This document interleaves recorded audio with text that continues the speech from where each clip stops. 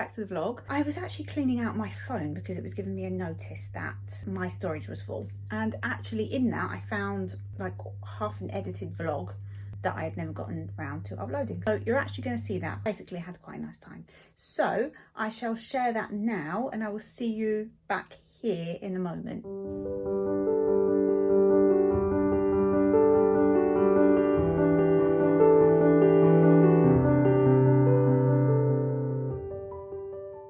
So just a quick catch up of bits and bobs that I've been up to. I know a lot of people say that January feels like the longest month and it's, you know, 100 days long, but for me January seems to have really just whizzed by, and I don't really know where it's gone. An intention that I set for myself last year was to make more use out of my spare time basically, and to push myself to do and go to places that I haven't been before.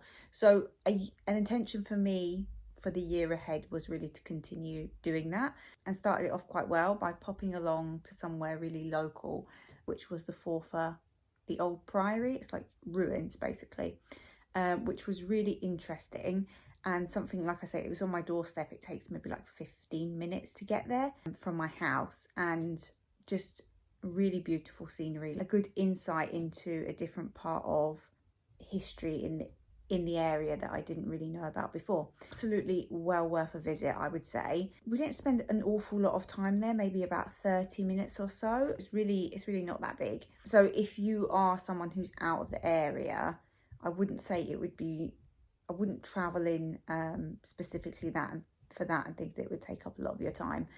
So what we did on that day is Merton Farm Trust is not particularly far away from that. I think maybe like 10 minutes drive in between.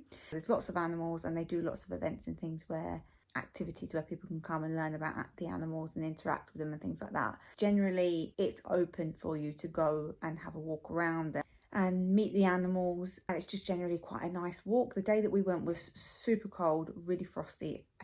It was one of the coldest points that we've had so far, but a really nice thing actually to do on a crisp day was to just go for a walk in an environment like that. I recommend.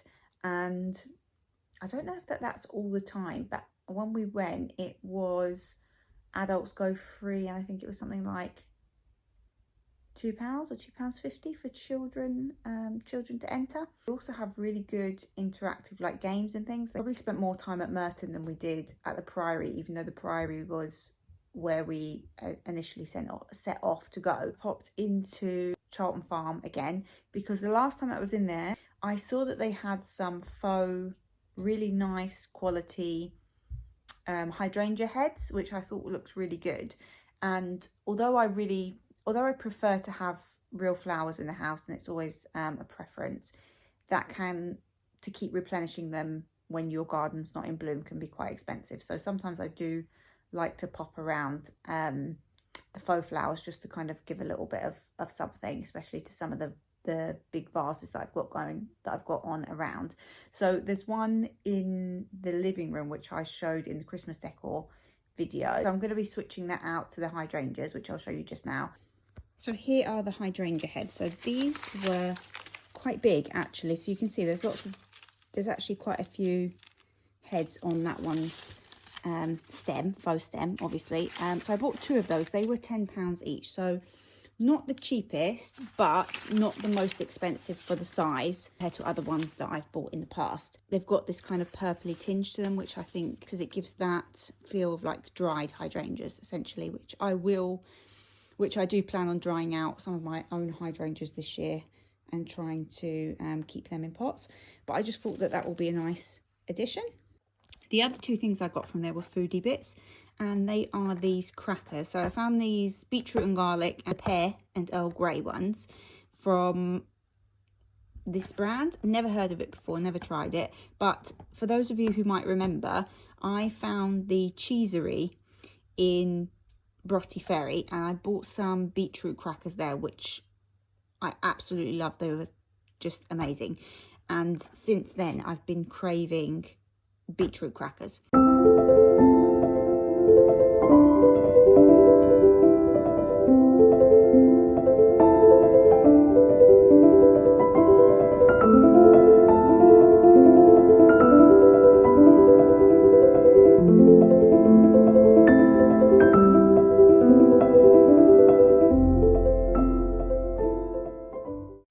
So now back in present time. So today I was teaching as usual on a Sunday over in Brecon, and this is the seasonal time where the House of Farnell is open again. You may have seen that in one of my previous vlogs, and when I went there last time they were doing their sale on their Christmassy bits. So now they've got more sort of spring themed stuff. I wasn't sure if it was going to be like seasonal in terms of like holiday based, but actually it wasn't. It was just more kind of spring orientated, which was nice, because basically what I'm trying to say is I don't decorate my house really for Easter, and I don't really decorate it for like autumn time. I wouldn't be putting like pumpkins around and things like that. Yeah, so it's much more of interest. But anyway, I wanted to go and just have a look and see, because it's a really nice place anyway. So I thought I would show you a couple bits that I picked up. So not from House of Farnell, but these faux flowers you would have seen I picked up previously in Charlton Farm. I think that's at the beginning of this vlog as well. That was originally supposed to go in this vase that was going to sit over there, but actually they were sat on the windowsill over here and looked really nice and filled this space. But I only had one of these jars. So what I did is picked up second one from Planters. It was actually the last one. You can see, look at those scratches on the windowsill from the dogs. But actually what I found is these vases are stopping them from getting up. They're so plush. So I picked up the second one so they can sit up here, and some more of the Charlton faux hydrangeas, which I think looks really nice. It could be obviously spruced up a little bit more. So this is where that other vase was, but it needed something else to go here. So I found this one in Planters, which is really nice, kind of rustic looking. They actually had a couple of these and similar style but in different shapes, but I really liked this and I thought it would look nice here. And I like this kind of clay style looking pot, but it's been sitting here for maybe a week or so with nothing in it. So at House of Farnell today picked up some more faux flowers. They had really nice ones in there. This display is kind of a work in progress, and it will be faffed about with more. These ones were from Ilverwell's Garden Centre a few years ago. They were in a vase that was upstairs, but I've just brought them down because it needed a bit more to it basically. But they have really nice quality faux flowers in there. Like for an example, look at this one. This one has such lovely detailing on it, and it actually looks very real. They look like wilted real petals, but these ones probably won't stay in this display. What I'm thinking is that it probably could do with another one of these at the back there and just have that kind of uniform layered look. But yeah, it's a work in progress, but I like the colours against this pot, and I think that's going to be trial and error with moving it around basically. The other thing that I got was this lovely plant pot. Not particularly big, but it was relatively inexpensive for the detail, I think, on it. Just really pretty, and I think it will look really nice with a plant in it in the living room. I'm wanting to add a bit more colour in there. You can see, or you might have seen from backgrounds of different videos, there's a lot of neutral, but I think I want to weave a bit more kind of like these reds, burgundies, pinky, purpley types of colours in there, some green, just to kind of give it a bit more personality and life. So this I plan to go in the living room, and I just thought the detail in it was lovely, and it was you can see there, £11.95, so not that expensive for what it is. And the last thing now that I want to do is try out the juicing function on the new Sage. I've been using it for blending, which, you know, I can say it's a good blender. It's quite powerful, like you would kind of expect from that spec of blender, but today is the first day that I'm going to be using it for juicing. So I want to make up some juices for tomorrow and the next day. I think 48 hours is probably like the longest that they recommend that you keep your juices for. So I'm going to make up some juices just now for the rest of the week and see how we go.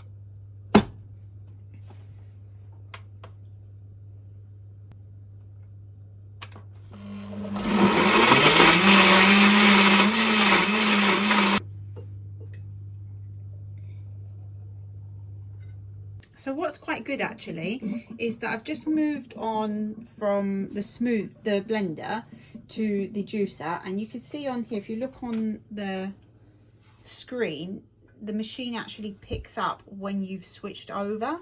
So it's got here like soft, hard, which means that's the softness or hard of the vegetables, and that's the number that you put it up onto the dial. So we're doing some carrots first. So that on my little scale goes up to a 10. So I'll need that at the maximum level to be able to get the juice out of it. So that, I thought that was quite clever. So let's give this a go. Put that in there. Put this in here apparently, and then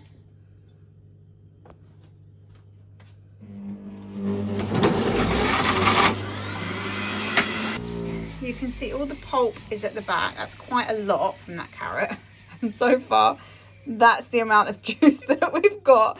So this is going to take some time. Luckily I've got a couple bags of carrots to use, and let's give it a go.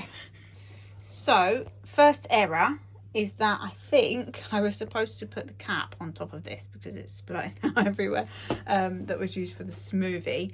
But what I will say is this is now, I've started putting apple in here. So up until like here was just carrot, and I used like a bag and a half, so it's a kilo bag and a half of carrots, and that's the juice that came out of it. And the apple is actually, I'm getting a lot more out of that. So it's going to be carrot, apple and celery juice, and luckily I've got quite a few to use up. And the pulp that's being collected at the back, you can see it's quite a bit. Luckily I'm going to use this up, so the carrot and the apple I'm going to use for carrot and apple muffins, that pulp, so that will be quite handy. So what I'll do is I'll stop when I've finished all the apples, remove that out, and then start again with the celery. I don't know what I'll do with the pulp for that, but I'll do something.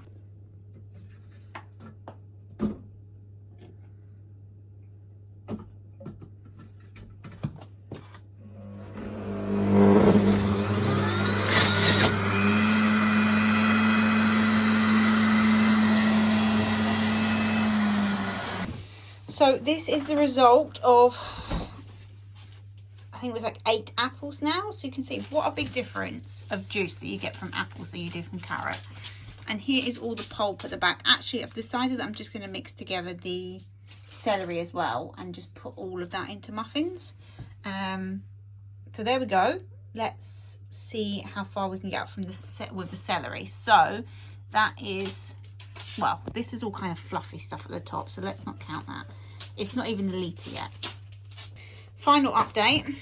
Here we are with 2 additional packs of celery. So if you're including this kind of fluffy stuff, we've got 1.4 litres. If not, it's probably more like 1.1.5 litres, which is all right. So essentially in here you've got a pack and a half of carrots, 2 packs of celery and 8 apples. And here is all the pulp.